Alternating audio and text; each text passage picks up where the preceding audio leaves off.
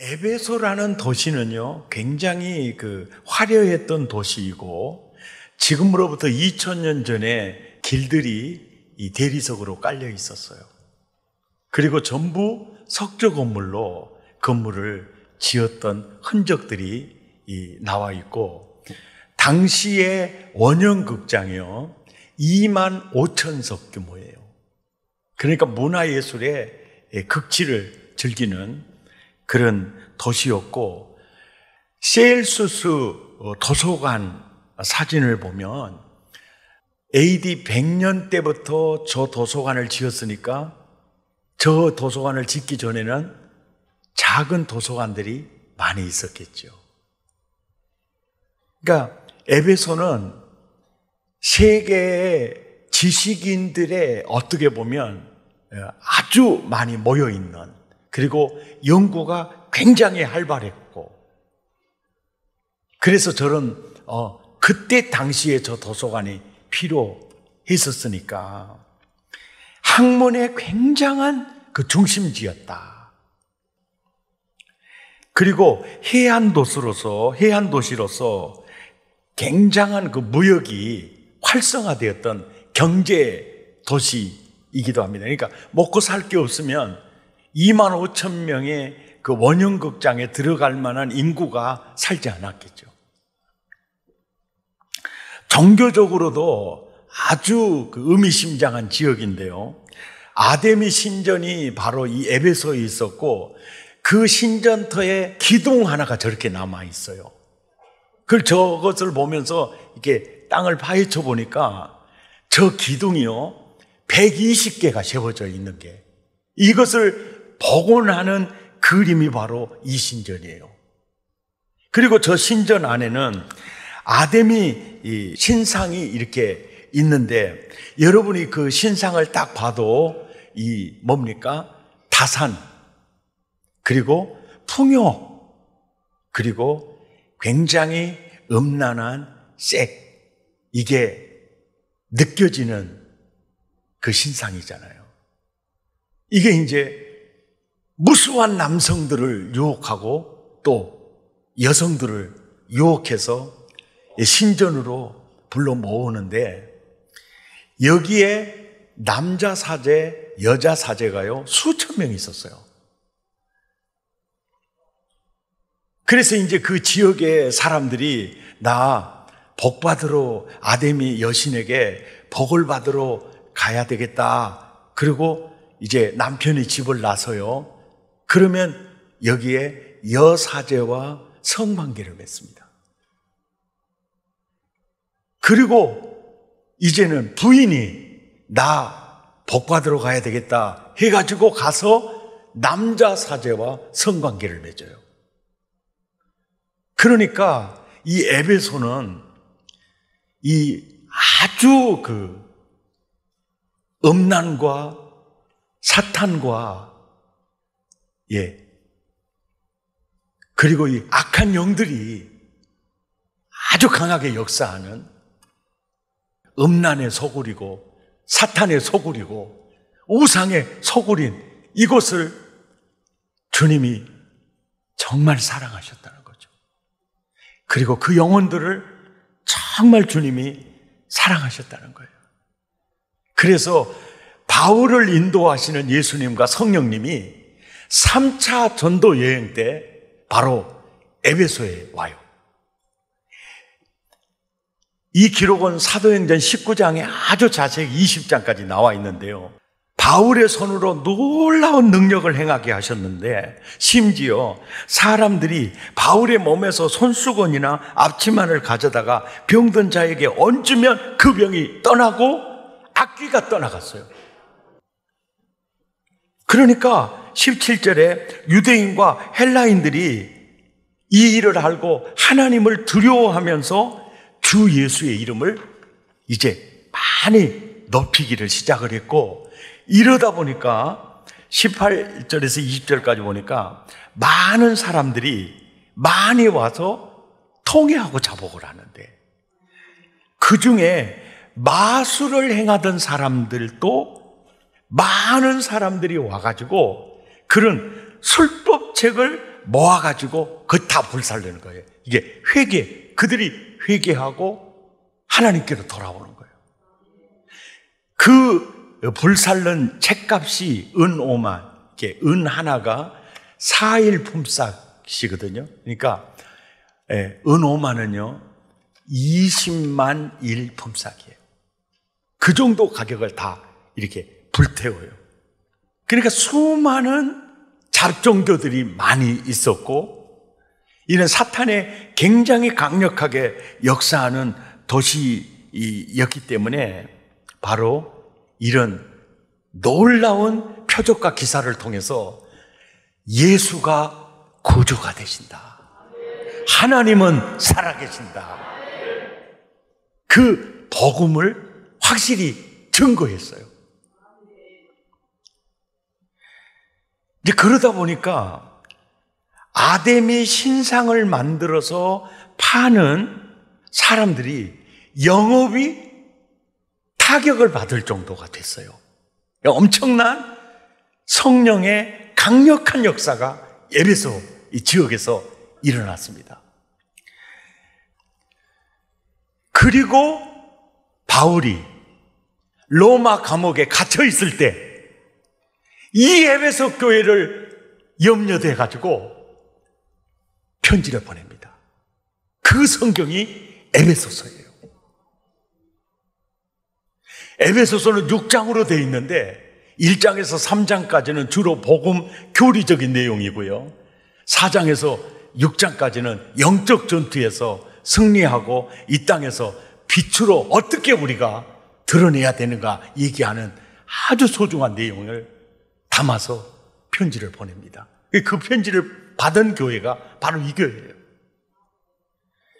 이것 때문에 2절과 3절에 보면요, 내가 네 행위와 네 수고와 네 인내를 내가 안다 그래요. 여보세요? 믿음의 역사를 내가 안다. 믿음의 이 행위 안다. 사랑의 수고를 내가 안다. 소망의 인내를 내가 안다. 이건 너무 자랑스럽다. 그리고 악한 자들을 용납하지 아니한 이 단호한, 이 악한 자들을 절대로 용납하지 않는 이 철저함, 내가 이거 안다. 그리고 자칭 사도라고 하지만 아닌 자들을 시험해가지고 그들의 거짓을 드러냈던 이 아름다운 삶도 내가 안다. 그리고 견디고 게으르지 않은 거 내가 안다. 그래서 알고 아노니 내가 그거 다 안다. 4절이요, 굉장히 중요한 메시지입니다. 그러나 너를 책망할 것이 있다. 그게 바로 처음 사랑을 버렸느니라.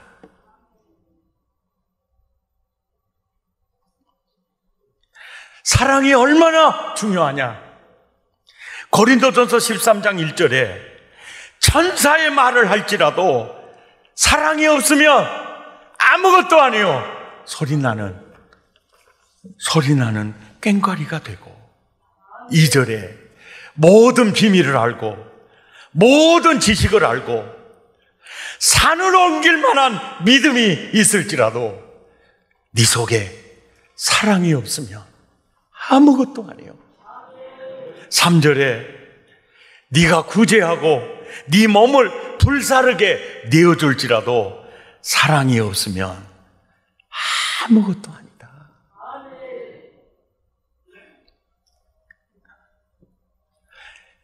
여기서 처음 사랑을 버렸느니라.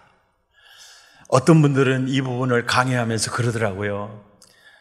사랑의 수고가 있고 소망의 인내가 있고 주를 위한 부지런함이 있었다. 그러면 주님 사랑하는 거는 그건 인정할 수 있지 않느냐. 그런데 진리를 보수하기 위해서 거짓 사도들을 거짓을 드러내기 위해서 예리하게 책망하고 비판하다 보니까 이웃을 향한 사랑을 버린 것이 아닌가. 그 강의에 대해서 저는 동의할 수 없습니다. 그 이유는 요한일서 4장 20절에요. 하나님을 사랑하노라 하고 그 형제를 미워하면 이건 거짓말이래요. 하나님 사랑하는 거하고 이웃을 사랑하는 거는 분리할 수가 없대요. 처음 사랑을 버렸느니라. 이 사랑은요, 하나님에 대한 사랑이고 이웃에 대한 사랑 두 가지를 버렸다는 거예요.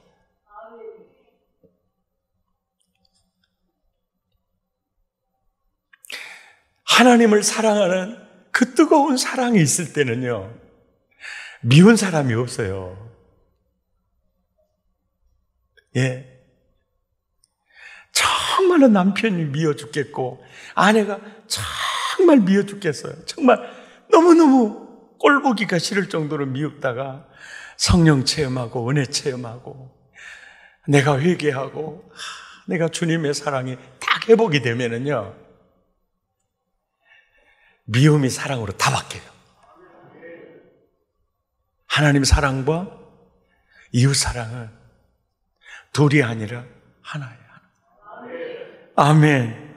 하나예요. 처음 사랑을 버렸느니라. 보세요.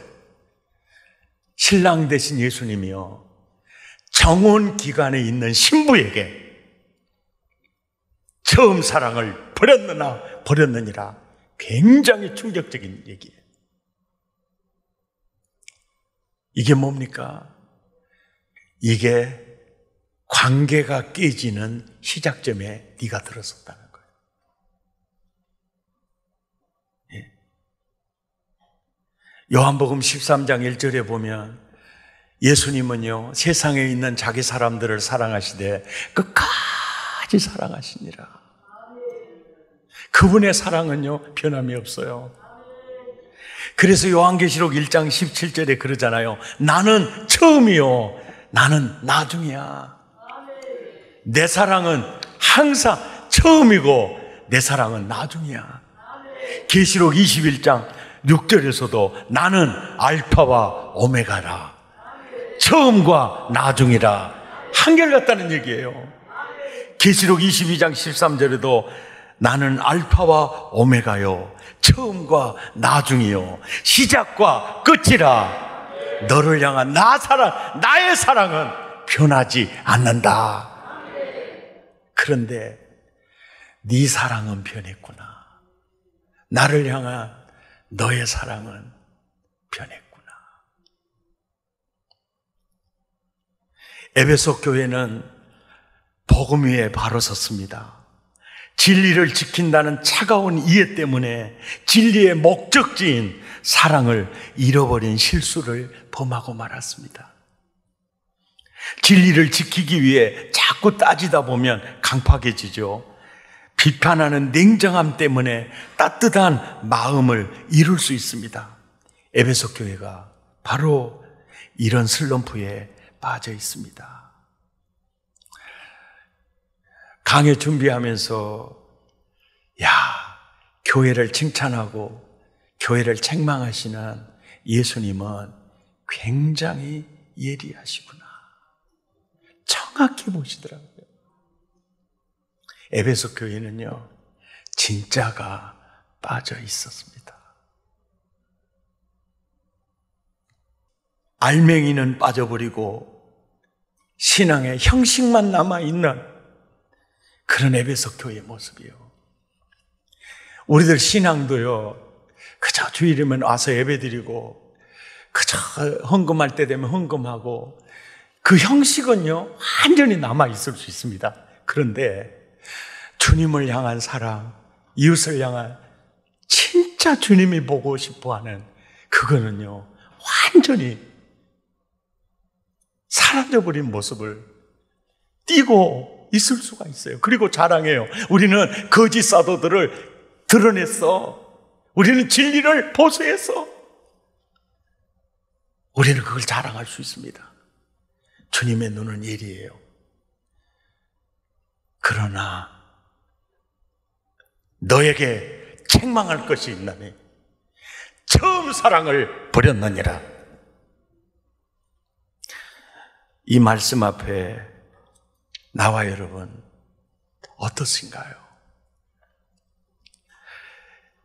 오늘 본문 5절에 주님 그렇게 말씀하시네요. 네가 회개하지 않으면, 그 처음 사랑 회복하지 않으면 내가 촛대를 옮기겠다 하시네요. 이 촛대를 옮기리라는 말, 촛대가 무엇입니까? 7 촛대는 7 교회니라. 이게 무슨 얘기죠? 교회로 인정하지 않겠다는 겁니다. 처음 사랑을 잃어버린, 처음 사랑을 버린 에베소 교회요, 너는 교회가 아니야. 너는 내 몸이 아니다. 그 얘기입니다. 성령님이요, 그럼에도 불구하고 에베소 교회를 향한 기대와 희망을 놓지 않은 거예요. 성령이 교회들에게 하시는 말씀을 들을지어다. 나는 아직도 너에게 희망을 걸고 있다. 그러면서 이기는 자에게 내가 하나님의 낙원에 있는 생명나무 열매를 내가 먹게 해주겠다. 이 약속을 해요. 에덴 동산에는 생명나무와 선악을 알게 하는 나무가 있었어요. 범죄하기 전에 아담은요, 생명나무를 마음껏 그 열매를 먹고 에덴 동산, 놀이동산을 누리기를 하나님이 원하셨어요. 그런데 선악을 알게 하는, 하나님이 금했던 그 열매를 따먹음으로 쇳덩어리가 되었을 때 창세기 3장 24절에 에덴 동산에서 아담과 하와를 쫓아내버리고, 그리고 화영검을 두어서 생명나무 그 길을 지키고 있습니다. 지금까지 지키고 있어요. 그러니까 에베소 교회에 보낸 편지 속에 지금 창세기 3장부터 이제 계시록 22장까지 내용을 담고 있어요. 쇳덩어리가 된 다음에 생명나무 길로 가는 길을 화영검을 두어 지키고 있어요. 이 길이 언제 열리느냐? 계시록 22장 2절에 계시록 19장에서 예수 재림이에요. 22장 새하늘과 새 땅이 이루어질 때에 바로 이제 생명나무가 있어 12가지 실과를 맺히되 달마다 실과를 맺게 될 거다. 14절에 이제 두루마기를 빠는 자들은 복이 있으니 저희가 생명나무에 나아가는 길이 열린 겁니다. 이 내용을 한마디로 이기는 자가 바로 계시록 22장에 열리는 이 생명나무. 아멘입니까? 이 내용이에요. 에베소 교회에 보낸 편지 속에 창세기 3장에서부터 요한계시록 20장까지가 주님은 그것을 한눈으로 보고 이 편지를 쓰고 있어요.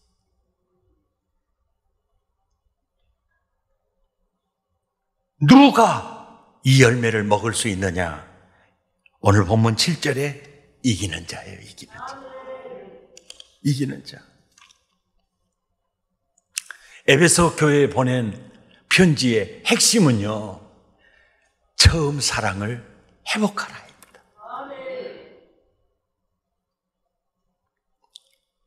신랑이 정혼한 신부에게 야, 너 처음 사랑 버렸구나.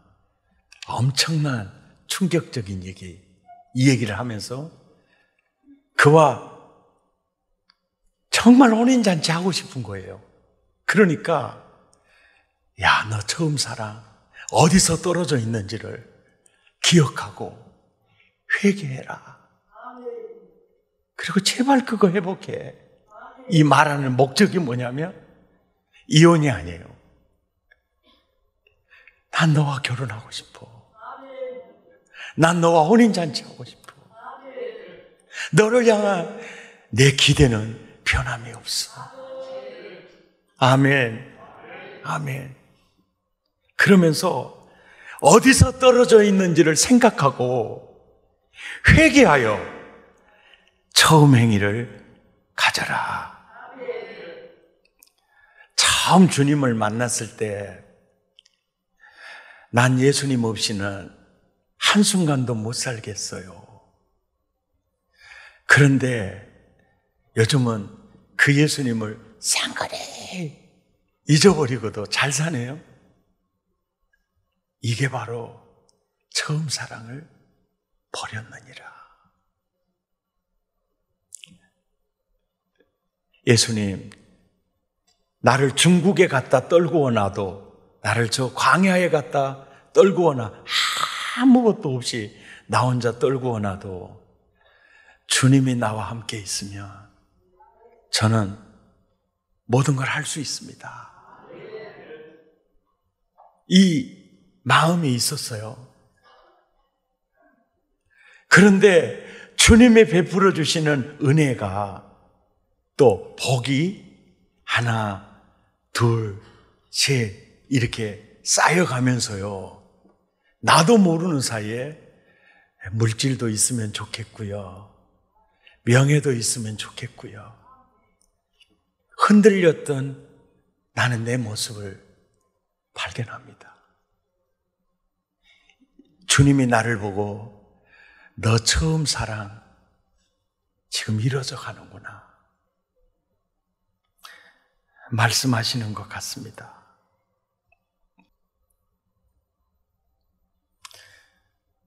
설교 준비를 하면서 진짜 내가 많이 변질됐구나 그런 걸 많이 느꼈습니다.